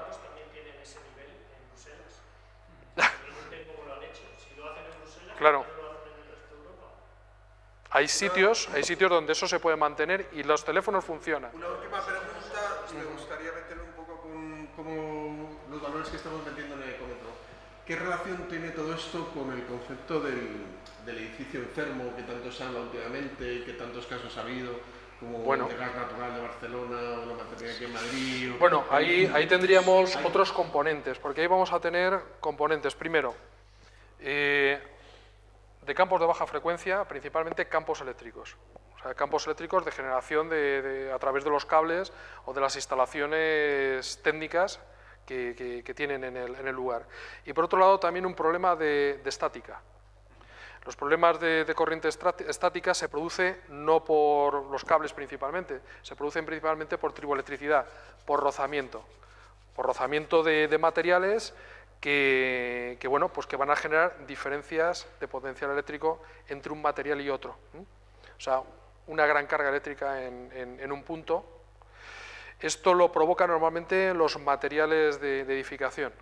Materiales sintéticos, pues suelos de plásticos, vinílicos, suelos de resinas. Por ejemplo, un gran suelo de silestón puede ser un gran generador de triboelectricidad. Por ejemplo, el barniz de poliuretano, pero el barniz de poliuretano luego desaparece con el roce, pero hay cosas que se mantienen en el sitio, ¿no? Y luego la desconexión de los materiales. Los edificios inteligentes se desconectan normalmente de la realidad en base a que todos sus sistemas no son de obra húmeda, son sistemas ensamblados.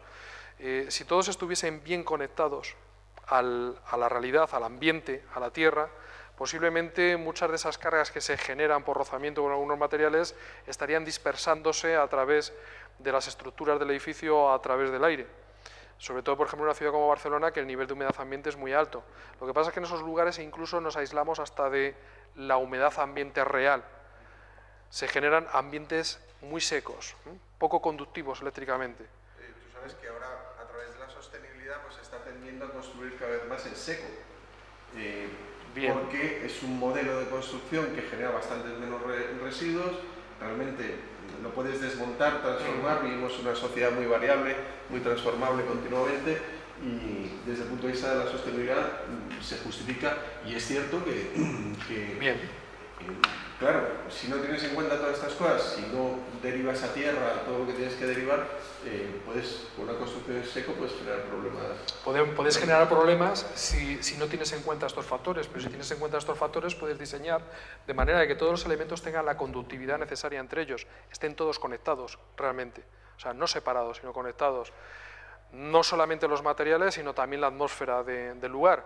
Otra de las cosas también que incorpora el problema del edificio enfermo es también la sequedad del aire, por los problemas respiratorios que conlleva, pero uno de los problemas que conlleva también es la resistividad del aire. Cuanto más resistivo es, esos campos eléctricos al final se van acumulando en los materiales y terminan descargando sobre una persona. Si eso lo combinamos además con la existencia de los campos eléctricos alternos que se generan por la distribución de electricidad alterna, bueno, pues tenemos al final una serie de componentes que terminan afectando a la salud de esas personas. ¿Lo de conectar todos los materiales es ciencia ficción o es muy sencillo? No, es cuestión de ingeniería como todo en la vida. Si es necesario, se puede aplicar.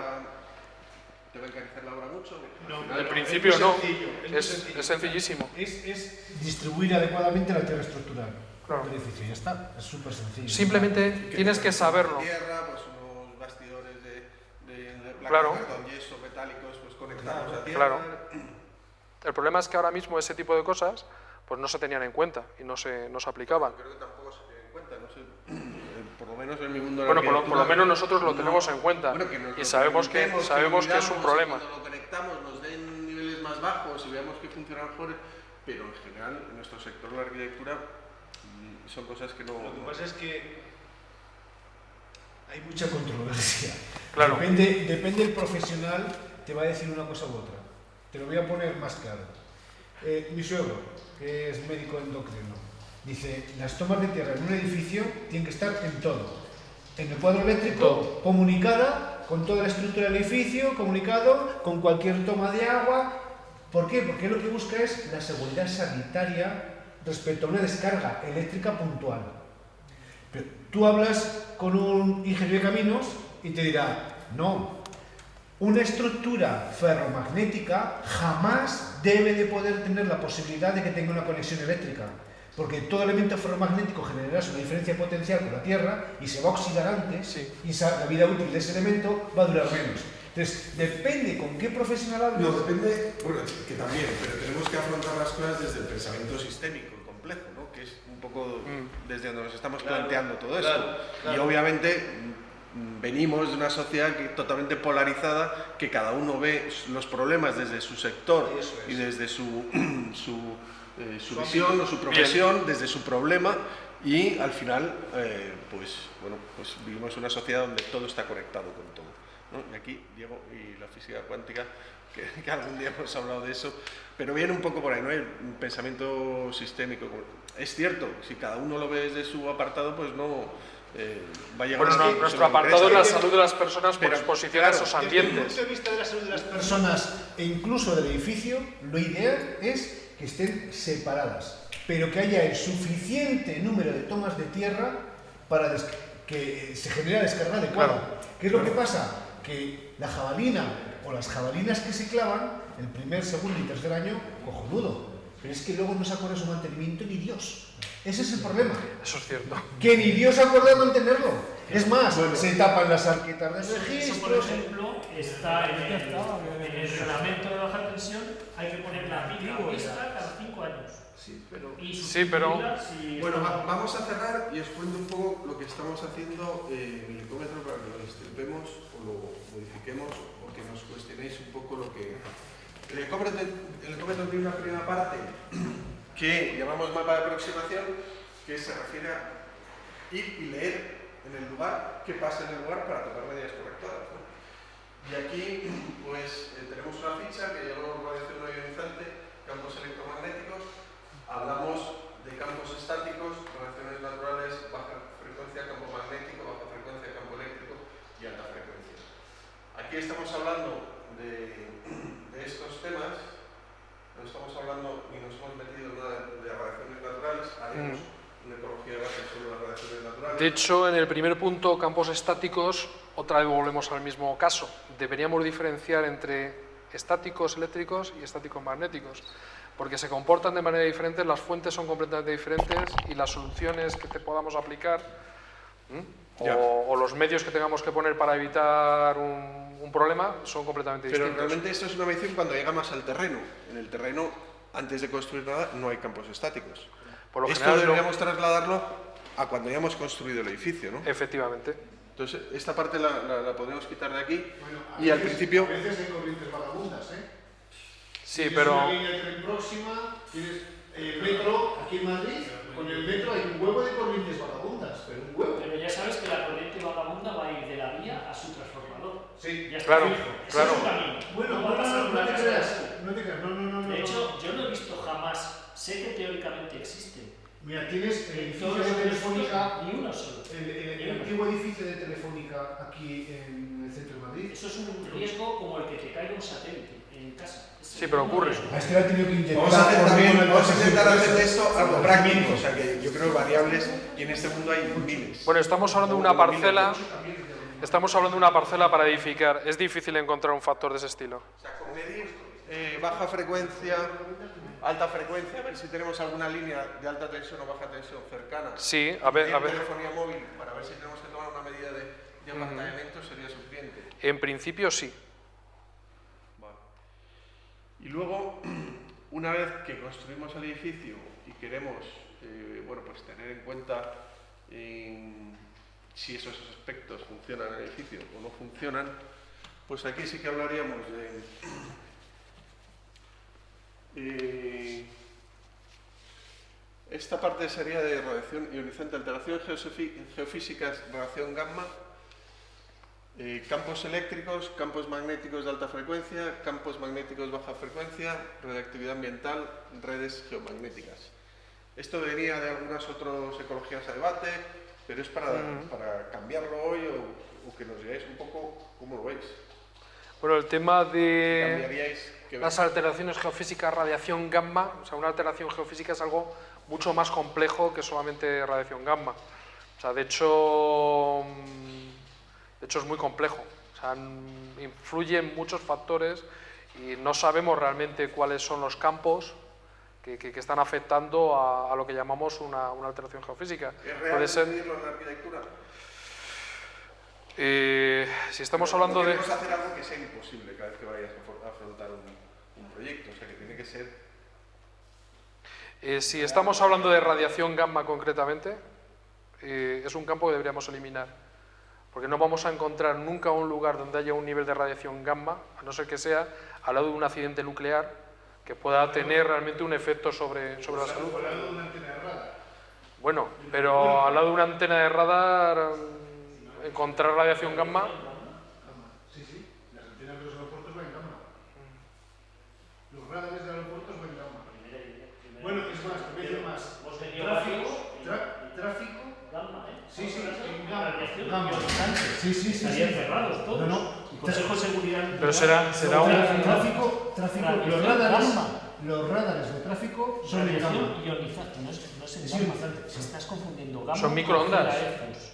No. La radiación gamma es la que se produce en una fusión. Un radar trabaja o en el Además, o radiación en gamma. granito. En el granito, sí. No, en el granito se produce la descomposición del radio y del torio en sus descendientes, en sus radionucleidos. No es radiación gamma, es una descomposición radioactiva. Radiación gamma es la que produce el núcleo del uranio cuando tú lo bombardeas. Sí, pero se rompe, produce también esa radiación gamma el que proceso de la granito. que sale es gamma. Tú estás confundiendo gamma con gigahercios. Los radares efectivamente van en gigahercios. Los de radares radiación trabajan en 30 microondas. gigahercios, y los de tierra van entre 20 y 30 gigahercios. Y los de tráfico van en 20 o 15 gigahercios, pero estamos hablando de frecuencia de radio. No, la radiación gamma ambiental... La radiación gamma la podrías encontrar a lo mejor en un pararrayos radioactivo. Ya, Pero estos bueno, están todos retirados.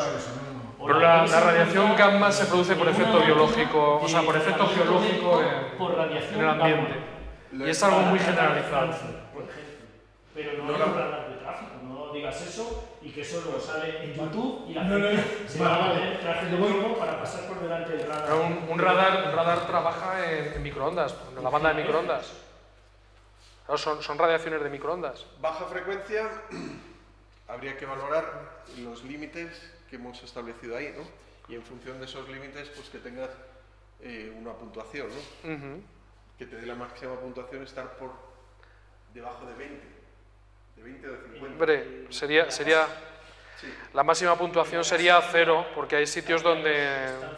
Habría el área de descanso, que no debería superar los 10 voltios metro. Pero ¿te refieres a campo eléctrico o magnético? Campo eléctrico. Vale. De hecho, lo ideal sería 0. En una cama no debería haber campo Lo eléctrico. suyo es que hubiese 0, lo ideal Yo en mi cama sería 0. no tengo campo eléctrico. Tengo 0. 0 voltios metro en mi cama.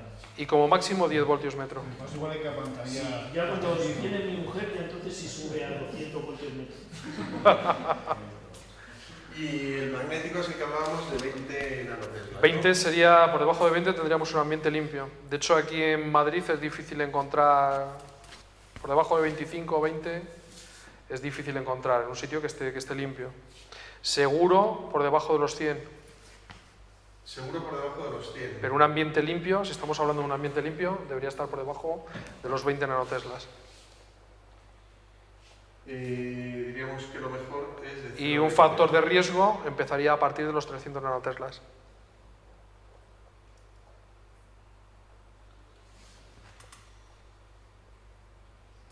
O sea, todo lo que supera los 300 nanoteslas, el factor de riesgo es muy elevado ya.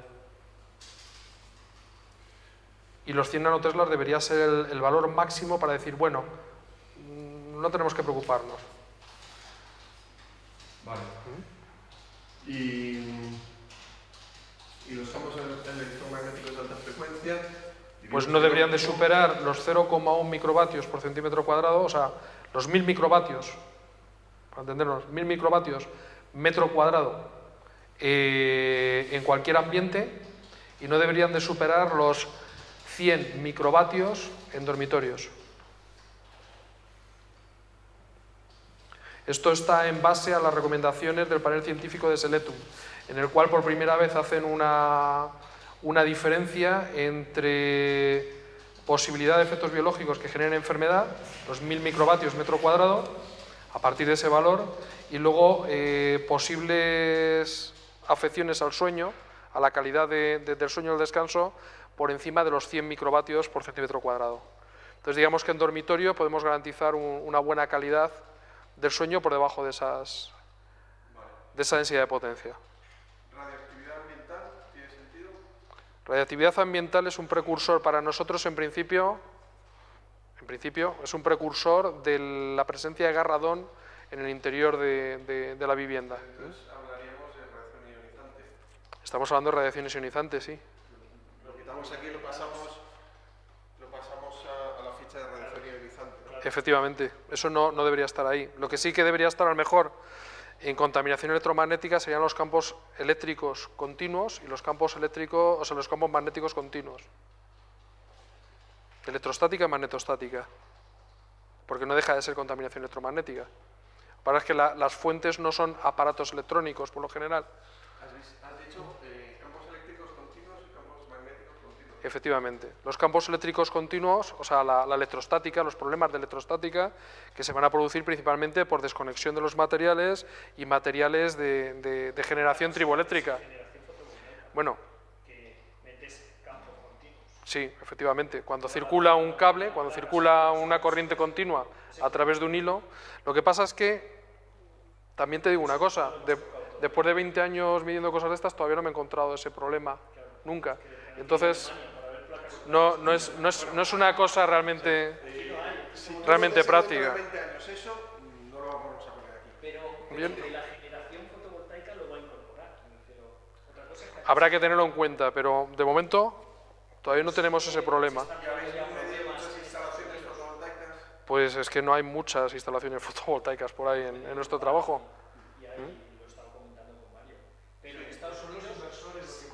Sí, pero los inversores generan un problema de campo alterno. ¿Podría ser una ficha que se activase o algún elemento que se activase en una alarma si hay una instalación fotovoltaica? Sí. Autónoma. Entonces habría que tener eso. Porque además en una instalación fotovoltaica se deben tener en cuenta esas cosas a la hora de distribuir el bajante del colector.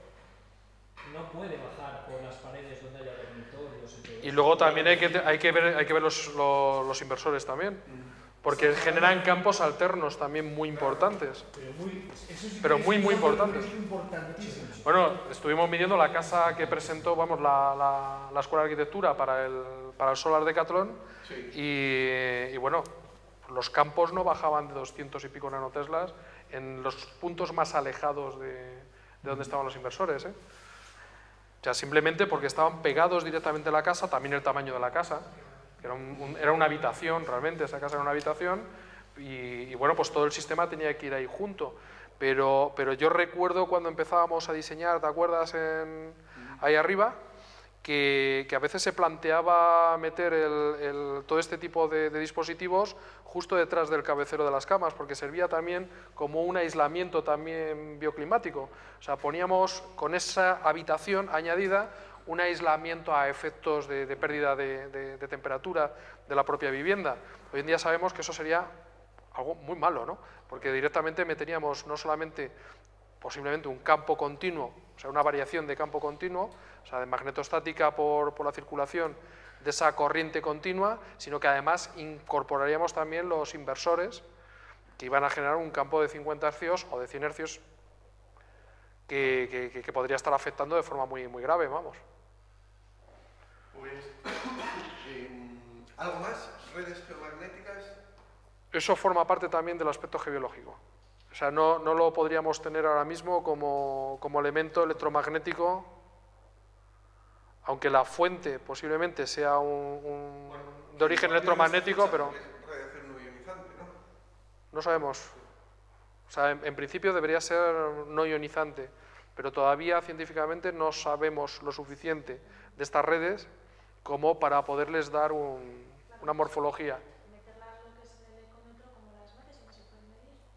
Bueno, hay muchas cosas que posiblemente se metan en el ecómetro que tengan un parámetro subjetivo, ¿no? Claro, o sea, tiene En una base objetiva en su mayoría y científica en muchas partes, y habrá algunos valores y algunos indicadores que... A ver, hay algunos valores que parten de una medida subjetiva, exactamente igual que, por ejemplo, la apreciación de un vino por parte de un sommelier, ¿no?, o de un enólogo. O sea, en principio, ¿dónde está la forma de medir la calidad de un vino, ¿no?, sus aromas, toda la expresión de un vino es algo muy subjetivo. Sin embargo, existe un arte y existen personas que son capaces de adquirir ese entrenamiento, y entre ellos estarían de acuerdo perfectamente sobre la calidad, los aromas, la época de ese vino. O sea, tendrían una coincidencia muy alta sobre esa calidad, ¿no? Pues con respecto a esta parte que llamamos geobiología, donde entrarían las alteraciones que llamamos alteraciones geofísicas o áreas geopatógenas, redes geomagnéticas o redes de Harman, Curry, etcétera, ¿no? Todo este tipo de factores, hasta ahora la forma de identificación de estos elementos en el hábitat es a través de una técnica subjetiva. No existe una tecnología, un aparato que sea capaz de medir ese tipo de cosas. Sí que tenemos algunos elementos, como por ejemplo un geomagnetómetro. Muchas veces, después de hacer una medición subjetiva de ese espacio, pues resulta que encontramos una valoración con un geomagnetómetro perfectamente coincidente con la medición que se ha hecho anteriormente en ese sitio, pero otras veces no es así. Otras veces no ocurre de esa manera. Algunas veces también podemos sacar, Ismael, yo he visto algunos de los trabajos que tienes con las mediciones de las variaciones de la ionización del ambiente con carga electropositiva o carga electronegativa, con un equipo muy sofisticado, pero que parte luego como confirmación de una medición subjetiva preliminar, que se realiza a través de la percepción del propio operador que ha desarrollado esa sensibilidad, igual que el sommelier, a la calidad de un vino, ¿no? O sea, es algo que se puede aprender, es igual que en psicología. Al final forma parte del arte subjetivo del psicólogo que está observando a una persona y que, bueno, que luego puede compartir esa percepción subjetiva con otro psicólogo y estar de acuerdo perfectamente sobre la mente de esa persona, ¿no? Y creo que le hace falta. Bueno, ese es el mundo más complejo, y donde en el ecómetro vamos a tener una serie de indicadores que tú también vas a tener la posibilidad de decir: desactivo este indicador porque no me creo nada. Lo justificas y, bueno, al final se trata de que sea una herramienta de transparencia donde cuente los indicadores que cada uno valora y las cosas que va teniendo en cuenta en un proyecto, ¿no? Lo dejamos aquí, que ya son casi las 9 menos 10. Pues muchísimas gracias. A vosotros. No sé si hay alguna pregunta en el tintero o alguien que tenga ahí algo que quiera sacar. Pero bueno, lo dejamos aquí, y ahora en lo que recogemos y eso, pues si queda algo en el tintero, pues lo cerráis con Fernando. El próximo debate vamos a hacerlo en torno a la cultura colaborativa, los procesos open source, software libre, y cómo estamos desarrollando toda la parte del ecómetro, ¿no? El ecómetro, como sabéis, está hecho en un programa de software libre, y bueno, pues cómo toda esa cultura la estamos introduciendo en la ecología. Y aquí mezclamos ecología medioambiental y ecología social, ¿no? No tiene nada que ver con esto, pero dentro de la complejidad de afrontar procesos constructivos, procesos de arquitectura, pues creo que hay muchas cosas que afectan a estos elementos. Ahora está empezando a estar de moda un poco lo que es arquitectura de código libre, que se llama, cómo estructurar estos procesos colaborativos dentro de la arquitectura, ¿no? Pues nada, muchas gracias a todos.